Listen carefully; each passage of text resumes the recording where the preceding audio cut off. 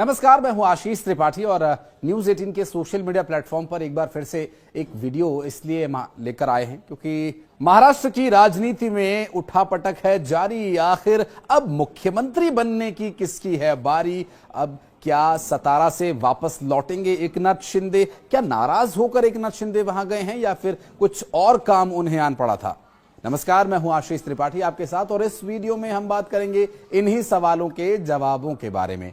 पहला सवाल ये कि मुख्यमंत्री कौन होगा? देवेंद्र फडणवीस मुख्यमंत्री होंगे, ये बात अजीत पवार ने समर्थन देकर और भी पुख्ता कर दी है। बीजेपी के पास सबसे ज्यादा सीट्स है और बीजेपी इस वक्त बड़े भाई की भूमिका में है। ये बात तो स्पष्ट हो ही गई है कि मुख्यमंत्री देवेंद्र फडणवीस ही होंगे, लेकिन इसके औपचारिक ऐलान की अभी कोई दूर दूर तक खबर नहीं है क्योंकि औपचारिक ऐलान किए जाने की वजह से हो सकता है कि जो समीकरण का ताना बाना है, संतुलन है, वो बिगड़ जाए। अब संतुलन बिगड़ने से पहले सब कुछ तय हो जाना बहुत जरूरी है। इसके लिए देवेंद्र फडणवीस ने फोन किया एकनाथ शिंदे को, जो महाराष्ट्र के सतारा में अपने घर गए हुए थे। और वहां जब उन्होंने उन्हें फोन किया, उनका हालचाल जाना, तो मीडिया को तो यही बताया गया कि देवेंद्र फडणवीस ने उनका हालचाल जाना और वो कब लौट रहे हैं ये सब बात हुई। लेकिन बात दरअसल ये हुई है कि आपका इस वक्त घर जाना, मुंबई छोड़कर जाना, ये अन्य संगठनों को, जो विपक्षी गठबंधन है, जो महाविकास आघाड़ी गठबंधन बना था, उसकी जो पार्टियां हैं उन लोगों में और कार्यकर्ताओं में एक नेगेटिव मैसेज भेज रहा है। इसलिए आप मुंबई में ही रहें। और संभवतः इस तरह की जो सूत्रों के हवाले से जानकारी मिल रही है, उसके बाद अब वापस लौटेंगे एकनाथ शिंदे और बातचीत होगी। और वो मीटिंग जो शुक्रवार को होनी थी और नहीं हो पाई, वो एक बार फिर होगी। उम्मीद है कि आज की तारीख में ये मीटिंग हो जाए, लेकिन अगर ये आज की तारीख में नहीं होती है तो आज जब एकनाथ शिंदे वापस लौट आएंगे तो उसके बाद ये मीटिंग बुलाई जाएगी। इस मीटिंग में मुख्यमंत्री जो कैंडिडेट होगा, जिसमें तीन जो सबसे प्रमुख चेहरे हैं, जिसमें देवेंद्र फडणवीस, एकनाथ शिंदे और फिर दादा अजीत पवार, इन तीनों ही को मौजूद रहना होगा और बड़े नेताओं को भी यहां बुलाया जाएगा, उनसे बातचीत होगी। क्योंकि दो पार्टियां जो महायुति के घटक दल हैं, जिसमें अजीत दादा पवार और उनके साथ एकनाथ शिंदे, ये दोनों प्रमुख चेहरे हैं और यही इस पार्टी के चेहरे हैं और यही प्रमुख भी हैं। लेकिन भारतीय जनता पार्टी में देवेंद्र फडणवीस कैंडिडेट हो सकते हैं मुख्यमंत्री बनाए जाने के लिए, लेकिन बड़ा चेहरा उनके ऊपर भी महाराष्ट्र में भी मौजूद है और केंद्र में भी मौजूद है। और केंद्रीय नेता यहां पर भारतीय जनता पार्टी के वहां जाएंगे चर्चा करने के लिए, और हो सकता है कि जेपी नड्डा जाएं यहां पर, या फिर खुद अमित शाह मौजूद रहेंगे, या दिल्ली से बातचीत होकर के फोन पर बात होगी और सारे जो सवाल हैं उनके जवाब तलाश लिए जाएंगे। लेकिन जो पेच फंसा हुआ था, वो पेच दरअसल इसलिए भी फंसा हुआ था कि जब एकनाथ शिंदे मुख्यमंत्री थे तो फिर वहां देवेंद्र फडणवीस को गृह विभाग दिया गया था और गृह मंत्री उन्हें बनाया गया था उप मुख्यमंत्री होने के साथ साथ।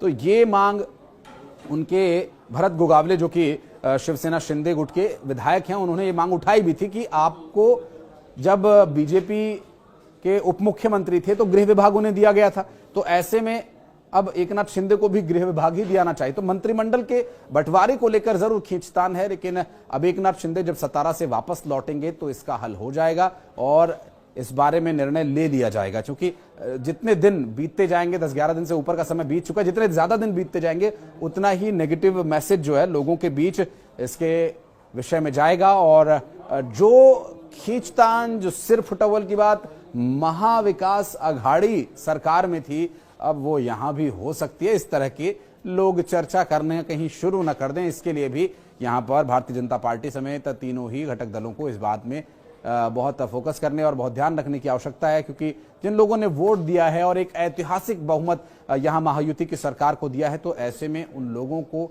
अब लोगों के वोट का सम्मान करना चाहिए और जल्द से जल्द सरकार का गठन करना चाहिए। जब शिवसेना, उद्धव ठाकरे जब बीजेपी के साथ गठबंधन में थे, शिवसेना गठबंधन में थी, उस वक्त जो टूट का कारण बना था वो यही बना था कि मुख्यमंत्री मैं बनूंगा।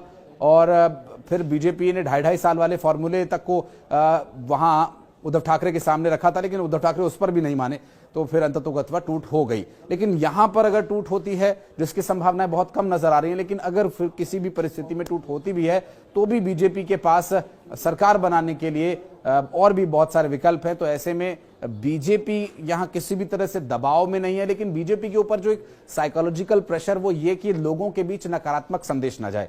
कोई नेगेटिव मैसेज जिससे कि ये लगे कि महायुति के जो घटक दल हैं उनके बीच भी सत्ता को, कुछ कुर्सी को लेकर संघर्ष है, ऐसा कोई मैसेज न जाए, उनका यही प्रयास होगा। बहरहाल महाराष्ट्र की राजनीति में अब आज का दिन इसलिए भी महत्वपूर्ण हो जाता है कि आज लगभग नाम तय हो जाने की संभावना नजर आ रही है। एकनाथ शिंदे सतारा से वापस लौट रहे हैं और देवेंद्र फडणवीस के फोन पर भी वापस लौट रहे हैं और उम्मीद की जा रही है कि सब कुछ ठीक होगा और बहुत जल्द मुख्यमंत्री के नाम का सर्वसम्मति से ऐलान करके और फिर शपथ ग्रहण होगा। उसके बारे में भी एक अलग डिटेल्ड वीडियो हम आपके लिए लेकर आने का प्रयास करेंगे। लेकिन अगर आप उसमें कुछ विशेष वीडियो चाहते हैं किसी स्पेसिफिक टॉपिक पर, तो भी आप हमें कमेंट सेक्शन में आकर बता सकते हैं। और इस वक्त महाराष्ट्र की राजनीति को लेकर या फिर इस वीडियो को लेकर अगर आप कुछ कहना चाहते हैं, कोई रिएक्शन देना चाहते हैं, तो आपका मोस्ट वेलकम रहेगा कमेंट सेक्शन में।